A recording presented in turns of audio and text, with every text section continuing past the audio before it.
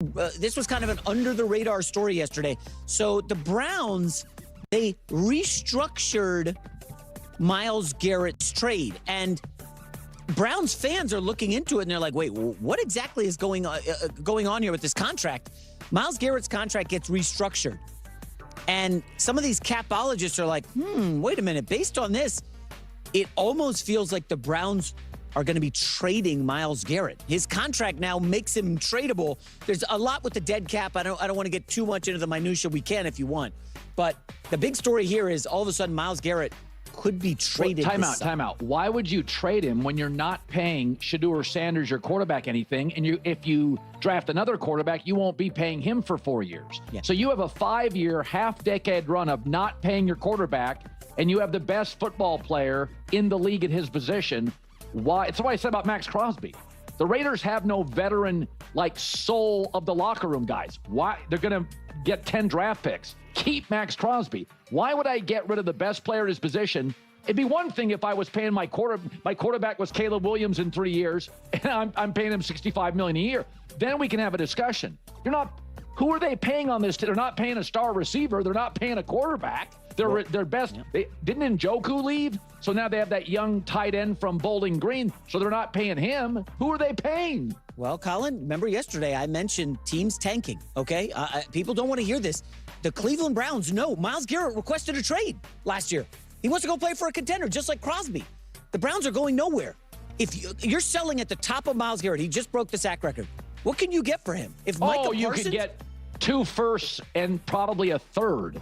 Why would you not do that? Jalen Waddle got a first, a third, a fifth. Myles Garrett is 2 firsts, and then I think Myles Garrett, you could get 2 firsts and a starting, a starting right tackle. You're not getting a left tackle, but a starting center or starting right tackle maybe. Yeah. So, and a lot of, our producers and staff, they're saying Myles Garrett has said nothing since the new coach hiring, Todd Monken.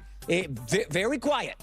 And behind the scenes, to restructure this contract is interesting. Colin, I think it makes a ton of sense to sell high on Myles Garrett. Just broke the sack record. You're not winning anything with him next year. Get him off the books, bring in multiple picks. Next year's quarterback class, we're starting to see stories pop up about how it's 8 or 9 potentially deep. I don't think you ever want to move off the best player in the world at a position. Now, the best player in the world at guard, the Chiefs moved off Joe Thuney. That's different.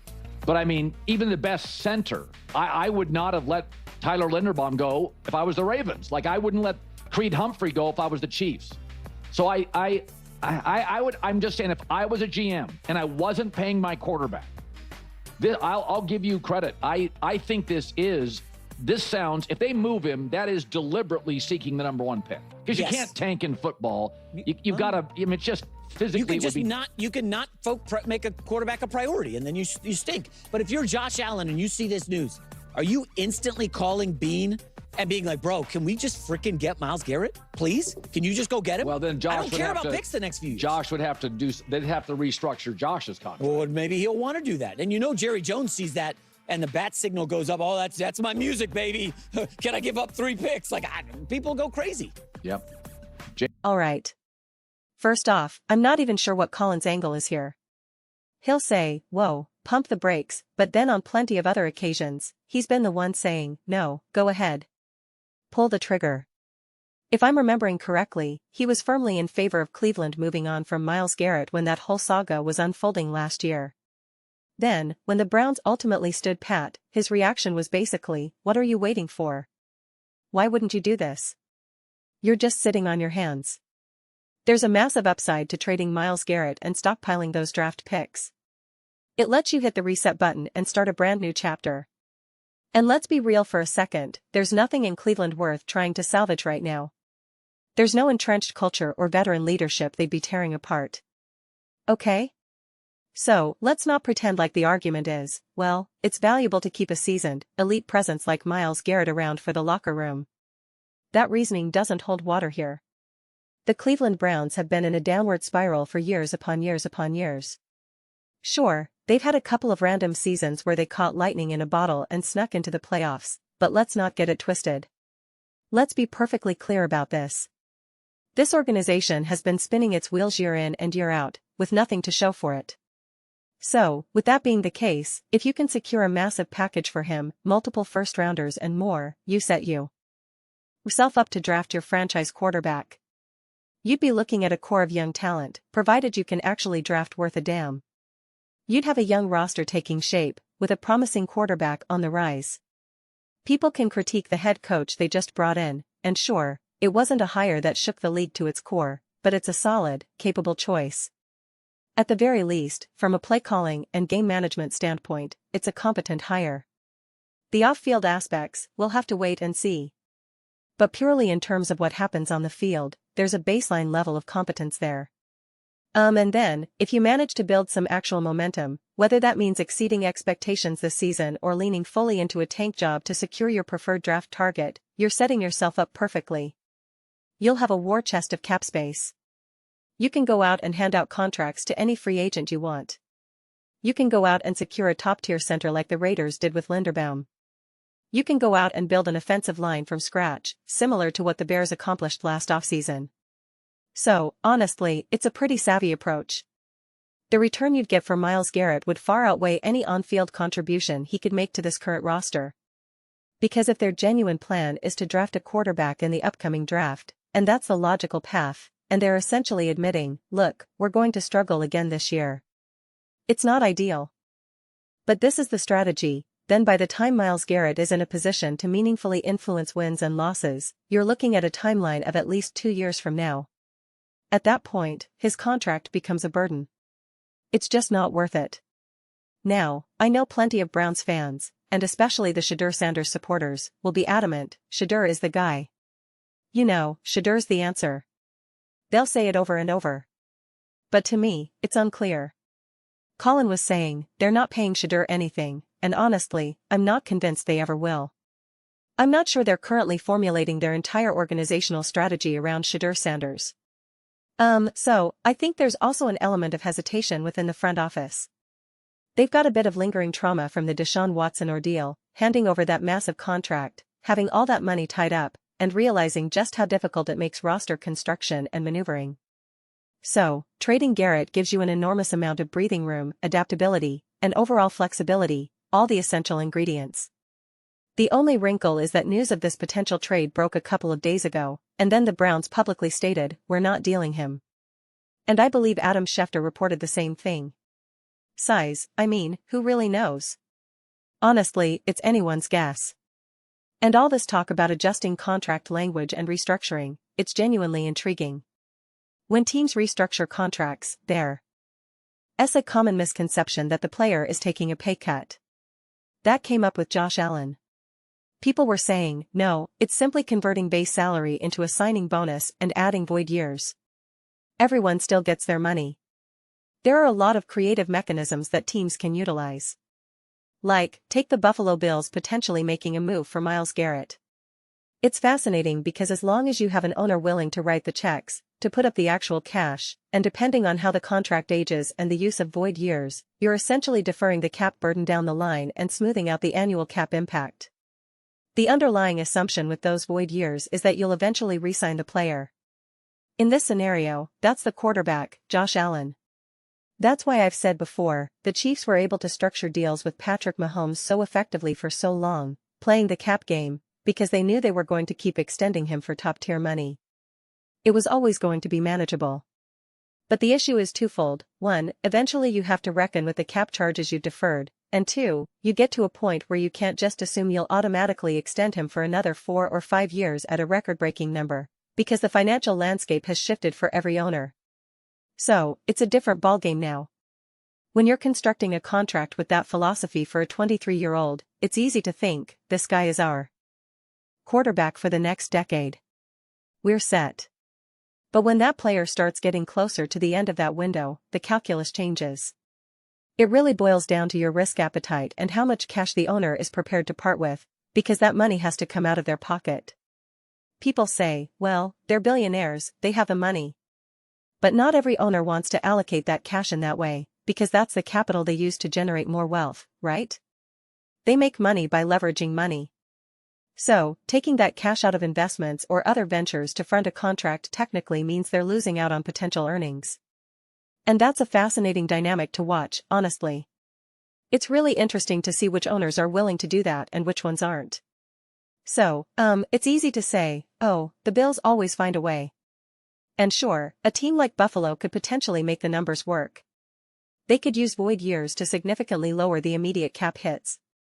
But again, you're taking on the risk of dead cap if you have to cut the player or move on from them. Plus, you have the question of whether the owner is willing to put up that much cash up front. Is the owner ready to commit that kind of money?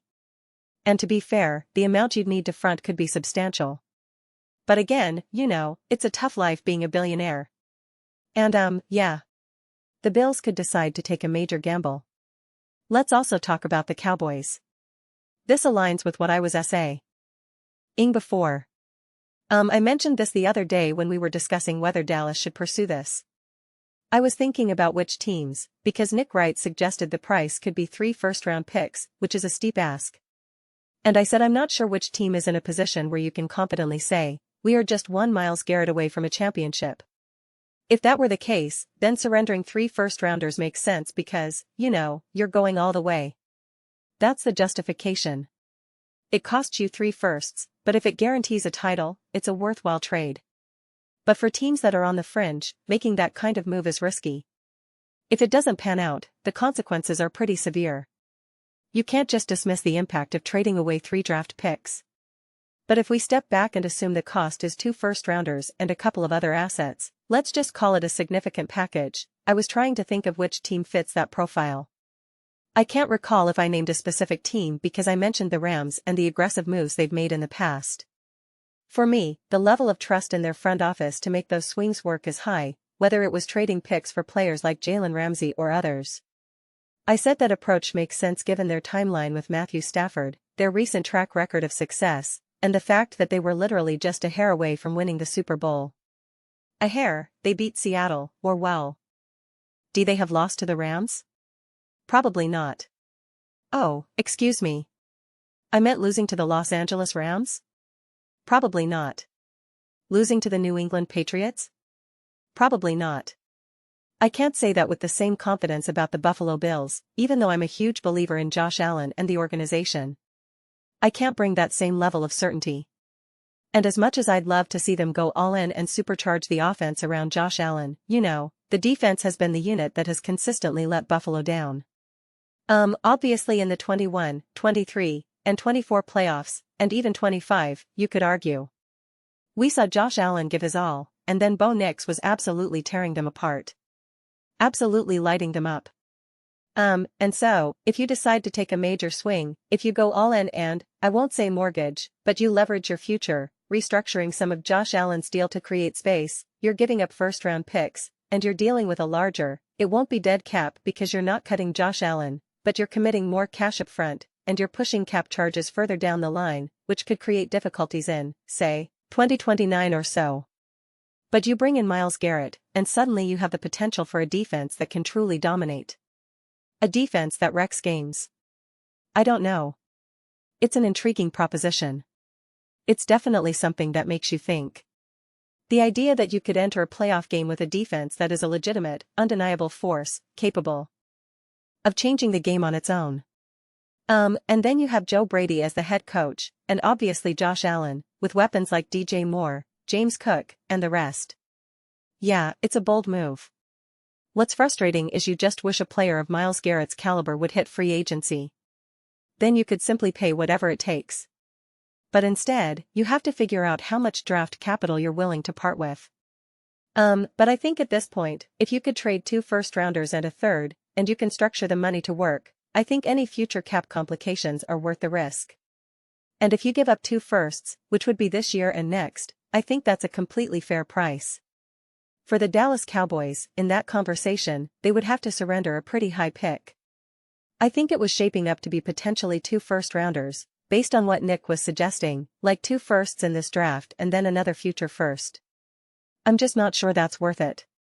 But if you're talking about the Buffalo Bills, whose picks would likely be in the bottom 4 selections this year and next, and you add Myles Garrett to that, and then you throw in a third-rounder or something, I think there's immense value in that deal. I really think there's immense value in that. You're obviously not going to find anyone in the draft who can make the kind of immediate, day one impact that Myles Garrett would, right? So, that's a non-issue. And again, if you give up the first row, ND pick this year and perhaps try to structure the third rounder to be next year, though I'm sure they'd probably want it to be this year. You get Myles Garrett. You're anticipating, of course, that in the following year, you'll be picking late again, ideally with the 32nd overall pick. But I do think that out of all the other teams, because I was genuinely trying to think on the fly the other day when I recorded that First Things First segment about Myles Garrett, I was trying to identify which teams fit. At this point, when I look at the landscape, it's not the Eagles, not the Ravens, not the Chiefs, not the Cowboys. The Rams have already made their big moves. They've already gone down that road. Obviously not the Seahawks. Although if the Seahawks really wanted to make a statement and build the most dominant, impenetrable defense imaginable, I mean, you could certainly make that argument.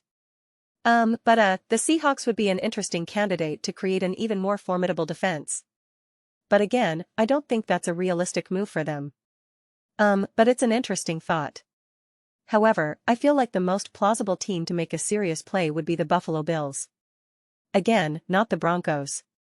They've already taken their big swing. Yeah. I mean, what other team is genuinely on the cusp? You could argue for the Patriots, but they need to focus on fixing their offense, not their defense. Yeah.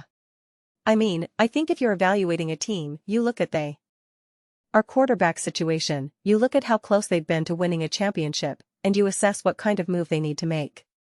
This could be the defining move for the Buffalo Bills. I see the logic. I see the pathway. And I see the value. And I see the risk as being not as significant as it might initially appear. But those are just my thoughts on it. I'd really like to hear your perspective. What do you all think about the potential of the Cleveland Browns trading Myles Garrett and the Buffalo Bills being the team to step up and say, "We'll take him"? Let me know your thoughts. I read every single comment. Whether you're on the same page or you completely disagree, either way, let's get some conversations going. Let's have some debates. But ultimately, let's just enjoy the discussion. And please consider subscribing. We're building an awesome community here, and I'd love to have you as a part of it. I want to create something that we all feel genuinely connected to. Something that we're all excited to be involved in. I think we're well on our way. Don't forget to give this video a thumbs up. It really helps with visibility and the algorithm. Thank you so much.